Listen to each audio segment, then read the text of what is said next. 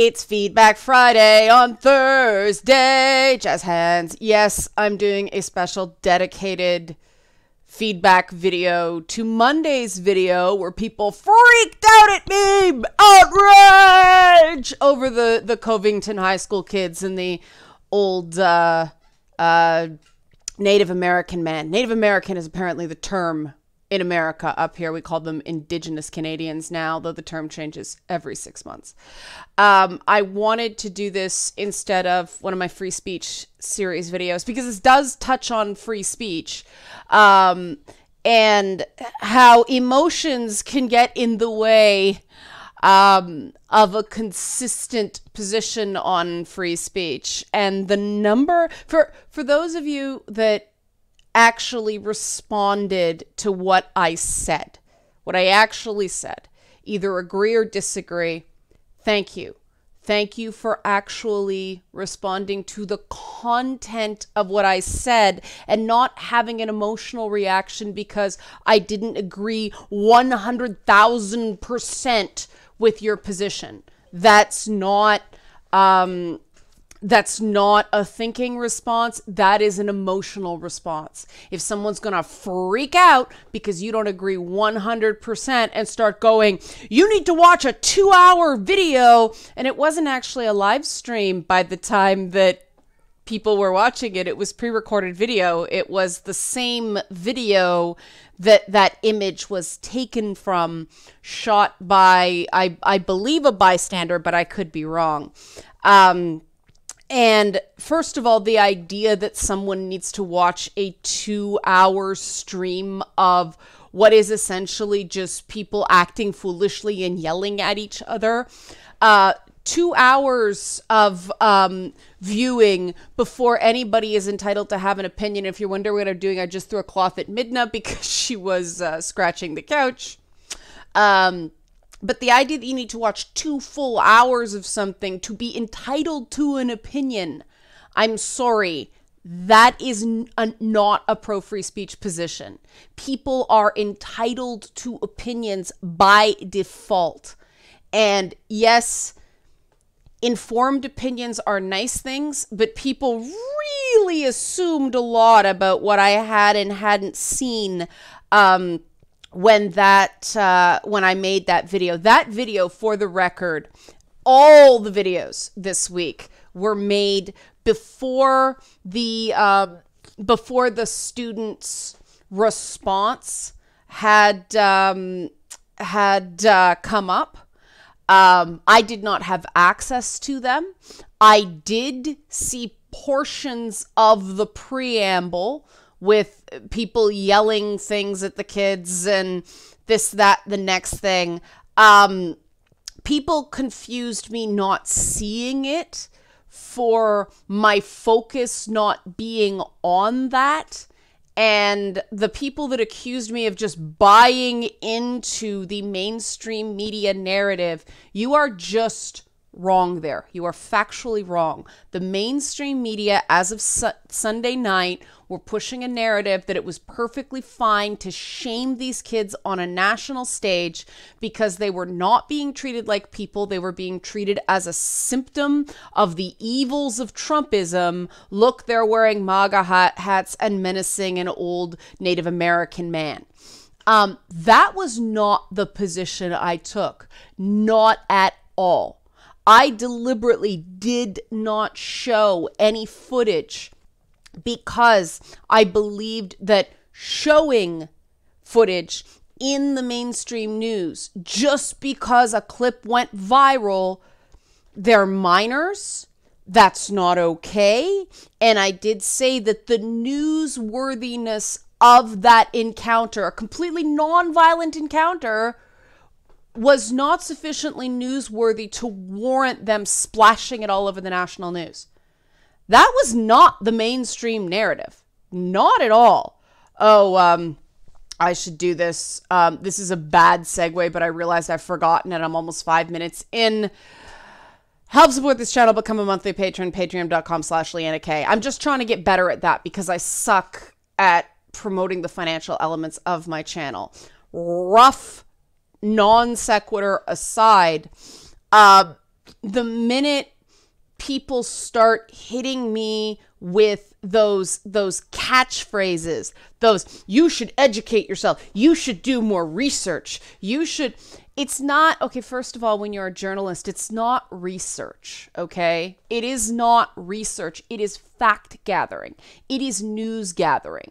You don't research, meaning you go and read papers and you go to a library.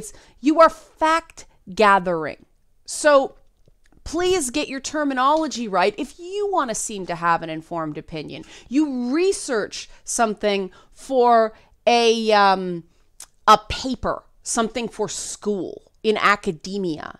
You fact gather or you news gather when you're actually reporting a story. Now, is this semantics? Yes. Is this nitpicky? Yes. But that's the age we live in. If you're going to check me because you assume that I just bought into one news article whole cloth that I just used for expediency, because most people don't have hours and hours and hours and hours to get a blow-by-blow recap of what happened.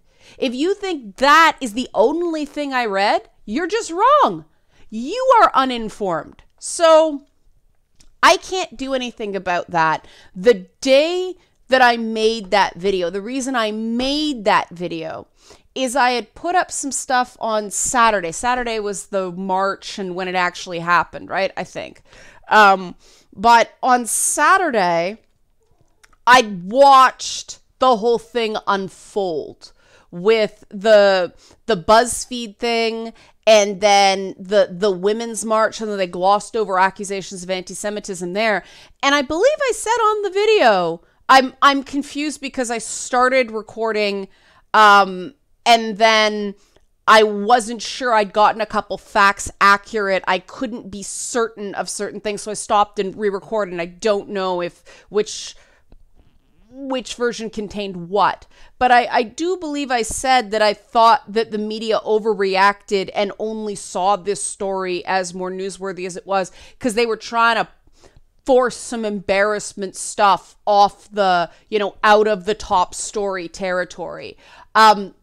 That's not buying into a mainstream media narrative, guys. I was intensely critical of how major news organizations handled this story. So those criticisms, I've heard you, I've listened to you, you're just factually wrong. You're just factually wrong. I was not buying into any mainstream media narrative. Now, I do feel like I need to do some follow-up because more that I feel is more compelling than 2 hours of video from one perspective. Here's why you never, ever, ever, as a journalist, base your entire opinion on one source, even if it's 2 hours long. If you have ever covered one of those protests, and unfortunately I have, you can be right in the middle of it and so much is going on at once, and audio devices only capture so much. They get overwhelmed by just the white noise and it depends on the quality of the camera, and so video can be extremely misleading. Video can make things seem more important than they are, and they can miss a lot. And there are eyewitness accounts from multiple sources, unrelated sources, that talk about things that are not documented in the video. That's not conclusive one way or the other, but it is important to say you cannot base your entire opinion on a single source, because what that video, among other things, cannot show you is, one, what was going through the minds of the various participants, two, what little splinter groups of that very large group of students also did. And there's other video out there that 2-hour live stream might make them look better. Not from my perspective, but other video of them hollering after young women and basically carrying on like idiot teenagers makes them look worse. And so you cannot judge an event this complex with so many moving parts by a single source. Don't lecture me about journalistic methods, about proper fact gathering, and then tell me that I should watch one source and make that the be all and the end all. You need a minimum of 3 to run with a story. You probably need something more like 5 to 7 minimum for an event this big. You actually, in something like this, you want to get as many points of view as you possibly can. And what I found more compelling, what I found more influential, was the interviews that Nathan Phillips and the young man who is front and center in the video. He's gone on the Today Show now, so I guess I can say his name. I'm uncomfortable because he is a minor, and I'm not sure what special interests are fueling these media appearances. It's always my concern when kids are involved. We talked about that with Parkland. We talked about the people's sort of funding and helping them organize behind the scenes. I'm concerned now. I'm not as gung-ho on the Republican Party connections of the crisis PR firm that the Sandman family hired. They live in Kentucky. Yes, it's northern Kentucky, but they still live in Kentucky. It is almost impossible to not have Republican Party connections in that state. I have Republican Party connections in the state of Kentucky, and I live in Canada. On paper, someone could trace the fact that I am a member of the Kentucky Colonels organization, which is a charity organization. I liked it because I wanted to help have therapy horses for kids on the autism spectrum and modern security systems put in battered women's shelters. Things like that. Eastern Kentucky is one of the poorest places in America. I wanted to help direct money specifically to there, and I'm a big fan of small money causes. So things with four figures, like thousands of dollars, not tens and hundreds of thousands of dollars, because targeted properly, targeted smartly, those small amounts of money can make huge differences. But in order to get my membership in the Kentucky Colonels Association, I had to write a letter to the governor of Kentucky, who is a Republican, and he had to personally approve my membership because it is an honorific granted by the state of Kentucky. So I have Republican Kentucky ties. That's how easy it is to get a Republican tie in Kentucky. So I am not terribly moved by that connection. I don't think the PR firm that they hired, the crisis management firm, they're obviously used to corporate clients based on the kid's appearance on the Today Show. More on that in a bit. I want to be extremely clear. When I was talking about the high schoolers, a lot of people took grave offense at me calling them little idiots or little pukes. They're like, oh, very nice, you insulted them. Totally missed what I was doing. Totally missed what I was doing. In order to persuade the persuadable, which a lot of people on this subject aren't, you have to give benefit of the doubt to people you are disagreeing with. And in this case, I was disagreeing with the mainstream media splashing these kids' faces, especially that one kid who I think is really guilty of very little other than guilt by association with some of the other bad actions the other kids did. But you have to give your opponent a certain benefit of doubt. And so what I was doing is, let's say you're right. These kids behaved terribly. They're little idiots. They're little pukes. Show me a teenager that doesn't act like a little puke when you get 100 of them together. because I've never seen one. That was my whole point. And some people got it, but other people just excised that one thing, took it completely out of context and twisted into a meaning that wasn't there. And I think that's been happening on all sides with this. People have just had an emotional reaction to this thing. And they decide emotionally who they're going to back. And nothing is going to move them. I've had some people write me privately and they say they don't know what to think. There's just so much noise. And that's the tactic that political partisans want.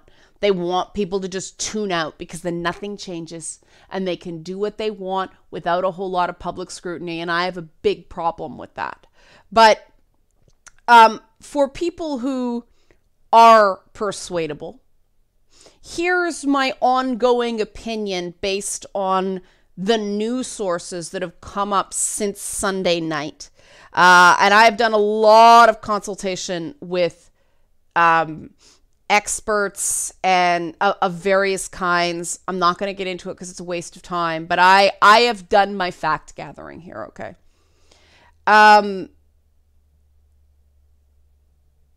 What I believe is that the charged environment made all the participants involved think the worst of the other participants. Based on the various accounts, there seems to have been a general atmosphere of fear because they were encountering groups that, for people who live in major urban centers, people, carrying on like nutbags on street corners, shouting at people, we're used to it, right? We've seen it.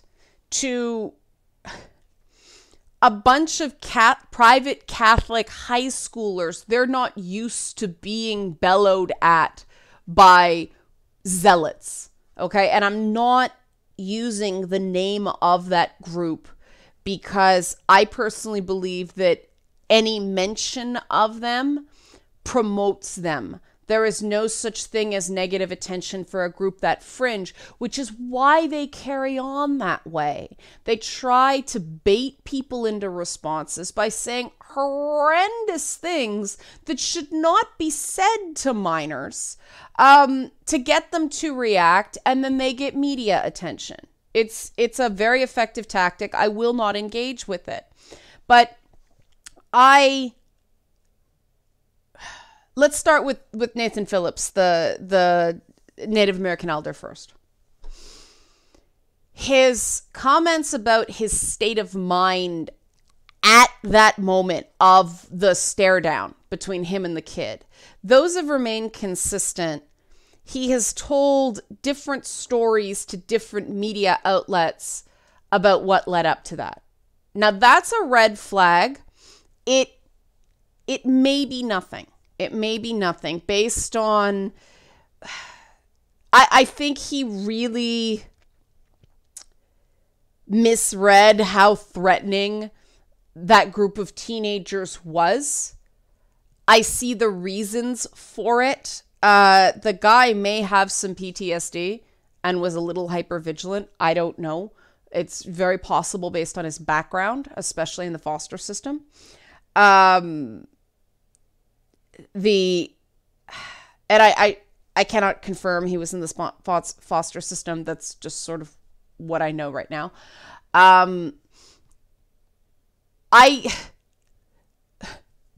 You may have seen that video of that one kid in the middle. He's like whipping off his shirt and then they literally start beating their chests. Like, they thought that was a school cheer. I completely believe they thought that's what it was. And it was a school cheer.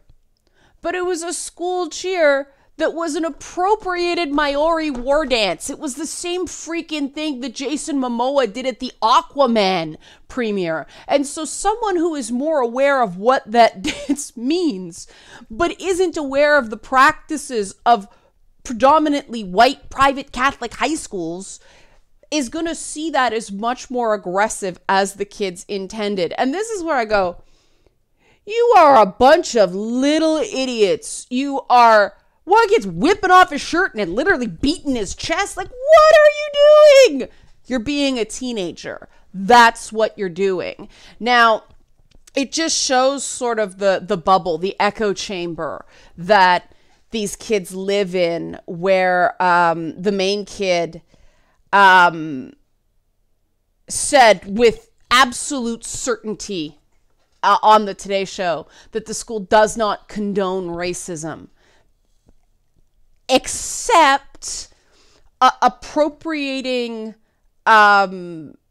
indigenous dances and doing freaking tomahawk chops, which is essentially using indigenous people. It is seen as using indigenous people as mascots at sporting events. Those things are very offensive to many members of various indigenous communities. We are very sensitive to that up here. All of our teams, all of our sports teams, particularly the CFL, have changed any name that has a indigenous Canadian root to it. There's no team called the Eskimos anymore. Or what? There were a few that were really obscure, but there's a team now called the Redbacks, because they were the I forget the name. My God, anyway, we've stripped all that away. Now, some would say that's excessive, but we're doing it out of an overabundance of cultural sensitivity. We know up here that doing a freaking tomahawk chop at a sporting event is something that indigenous Canadians, many of them, some don't have a problem, some do, but it's those some do, they consider it to be racist. So we can challenge the assertion that the high school does not condone racism because they're encouraging practices that some consider to be racist. This is a point of contention. Do I believe the kid believes it? Absolutely. He lives in a bubble. He's not worldly enough to recognize that, and of course, people with more diverse life experience go, what is wrong with you? What's wrong with them is they live in the bubble, and that's not their fault. And I do not buy large portions of the kids' statements either.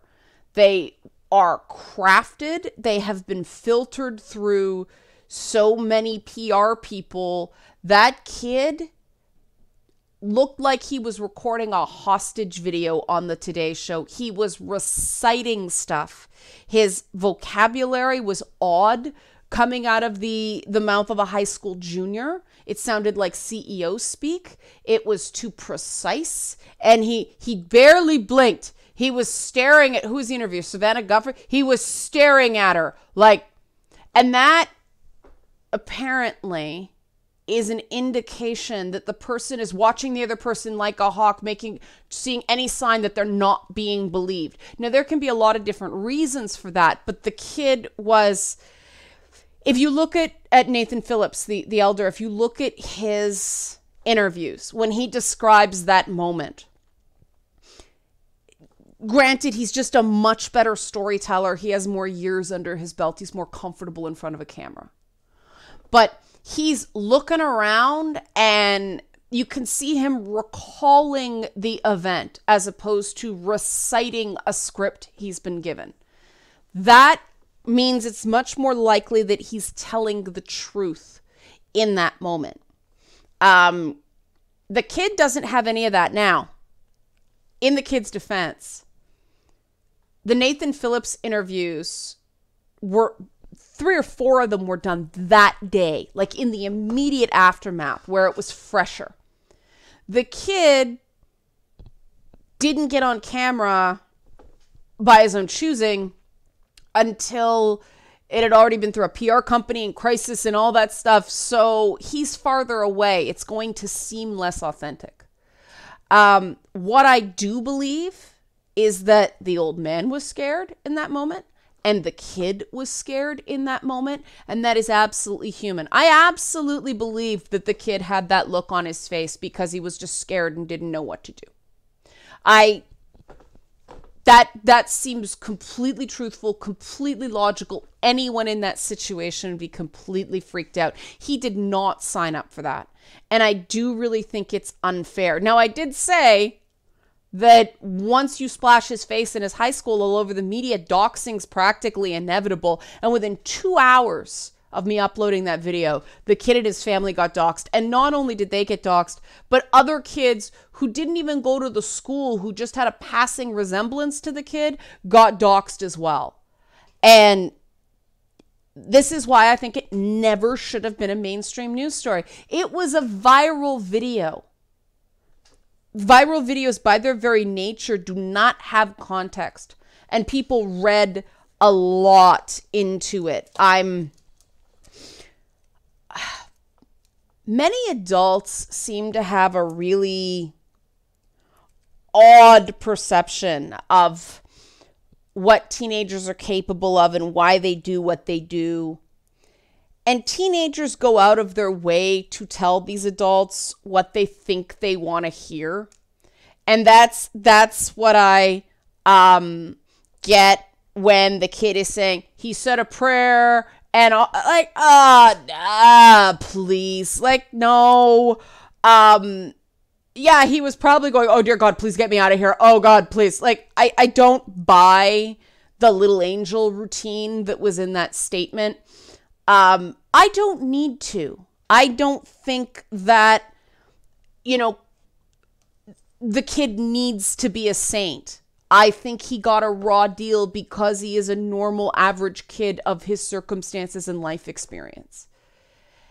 And this is what I've said from the beginning. So I think the people that jumped all over me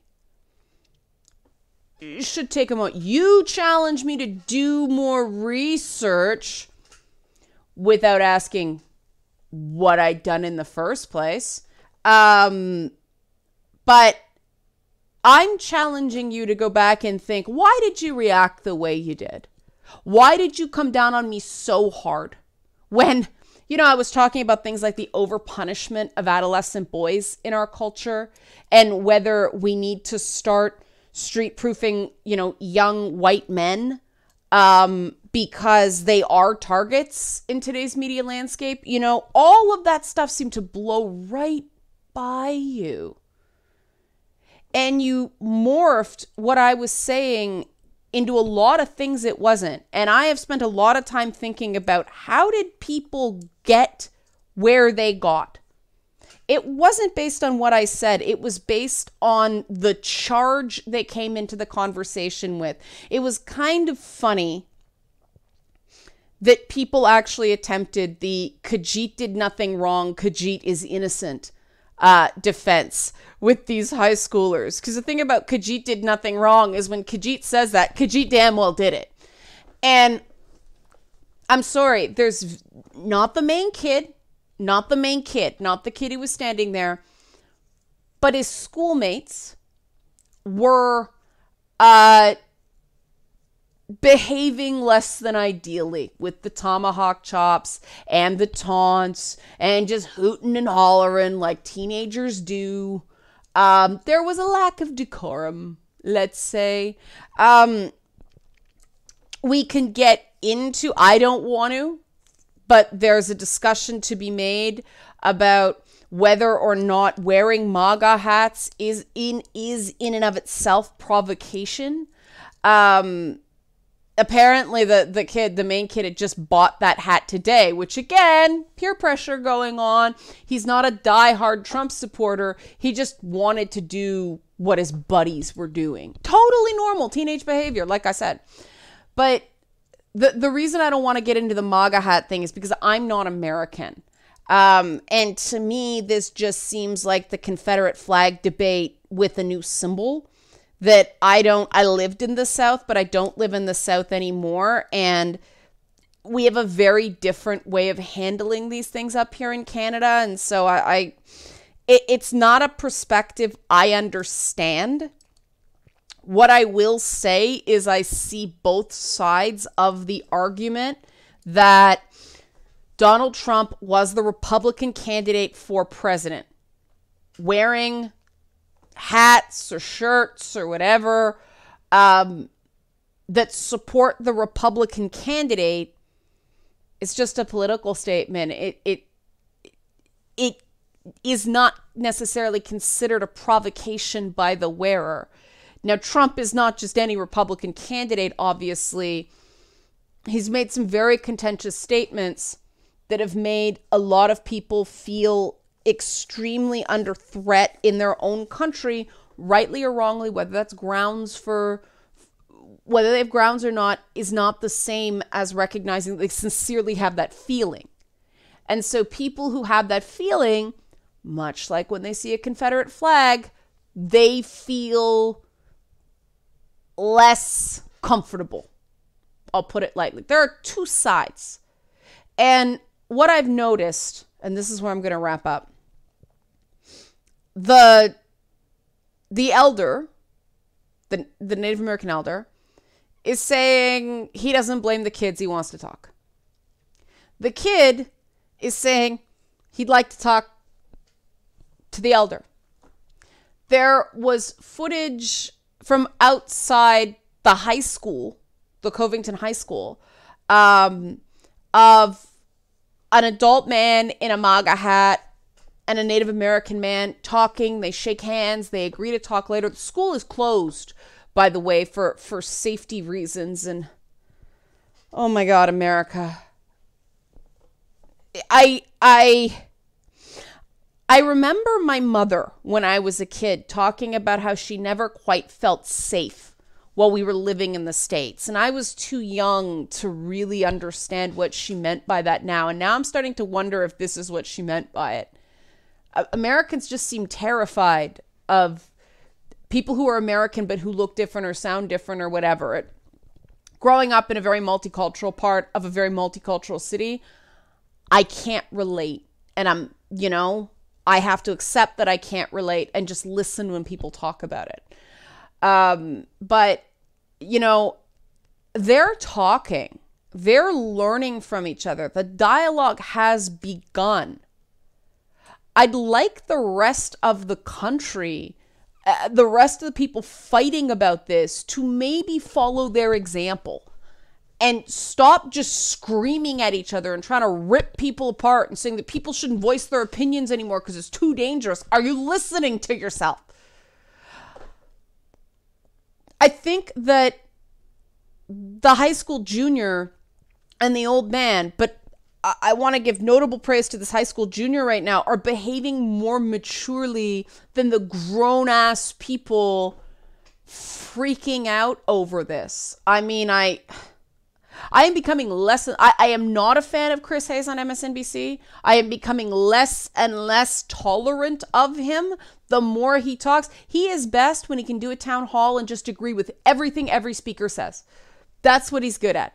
When he's doing dialogue, when he's doing like monologues, when he's doing like op-ed segments, he sounds like a partisan hack. And he was making this big deal last night about the doxing of children and how that's horrible. But when you put a minor on the national news, that's worse than doxing. Because dox is only obtained by people who go out and look. People passively receive news through push notifications and link headlines, and they go to the main page and they see that image. And when you put a kid in the national spotlight like that, what did you think was gonna happen? There's no point in condemning an act if you'd stopped and thought about it for 5 minutes. The intense scrutiny of this teenager's behavior was gonna lead to that. Like anybody with any awareness of the internet, and Chris Hayes goes on about ratios, so he sure acts like he's internet savvy.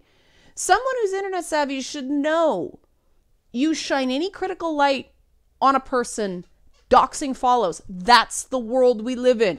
As somebody who's gone through it multiple times, the mainstream media was complicit in that kid getting doxed. I called it. Go back and watch the video. I called it within hours it happened. If I can be aware of it up here in Canada with only like an intellectual awareness of how scary apparently living in America is, people living in America should be able to feel that in their gut in a way that I can only intellectualize. And the fact that they couldn't, once again, shows me they weren't thinking, because they were panicking to get embarrassing stories off the top spot. They were trying to deflect from the complications with the morality of Women's March Incorporated. They just grabbed something. I've seen it happen more times than I can count. When I worked in youth programming, when I worked in news, talk radio. They're desperate for stories, and you need to use something, and you make too much out of something that is not worth making a lot out of. So that is pretty much consistent with my position on Monday. So that's all I can say. I wish I could engage more with the feedback I was given, the angry feedback I was given, but there wasn't enough to the feedback to really put any meat on those bones. One person tried to explain it to me. I appreciate that commenter who tried to break it down. It still didn't totally connect to what I was talking about. To me, which is the kids shouldn't have been made a spectacle of in the first place. So this is probably going to make nothing clearer, but there are some people out there who have told me privately they don't know what to think. This video is for them. I recognize there are some people who you cannot convince and who are just going to scream and scream and scream and scream. But I'm done talking about this because the video didn't even get that great traffic. Maybe this one will, because there's actually Covington High School in the title, but this isn't worth it. I want the kids to get their privacy back. I want the old man to get their privacy back. I want the school to reopen so that people can go to school safely. That's what I want. I don't care about who's right. I don't care about who's wrong. I don't believe it's about that. But when Khajiit did nothing wrong, Khajiit always did something wrong, which is, why I have trouble engaging with something that is basically the Khajiit did nothing wrong defense. And I know people are going to freak out about that. Learn to take a bit of a joke, people. Like, seriously, when you come across as this humorless, why should anyone listen to you?